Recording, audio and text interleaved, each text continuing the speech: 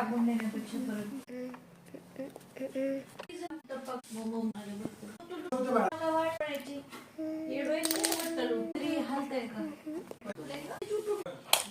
मी काय मीठ चेक केलंच नव्हतं ना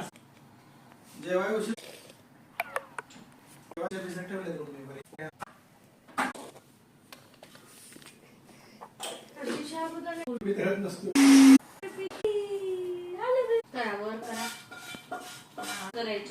ओ सापडत नाही